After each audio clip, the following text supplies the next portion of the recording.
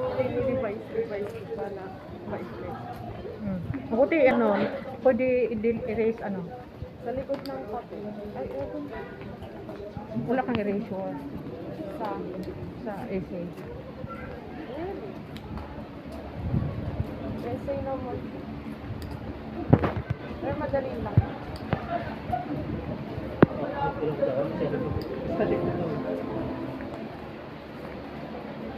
Yung essay niya guys about mag-send ka daw ng letter about sa friend mo.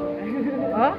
Tapos sabihin mo yung little info about sa'yo. Tapos kung bakit gusto mo sa dito mag-aaral.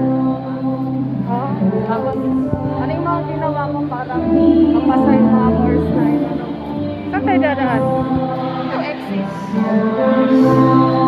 Sabi ko, I reviewed some lesson and pray to God. Wow, talaga. Para banal.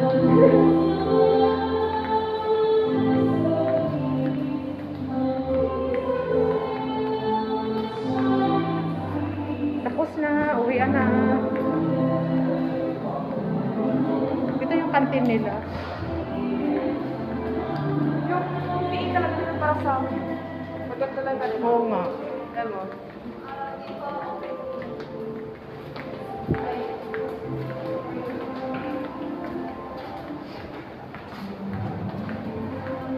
Ito ba yung sa front?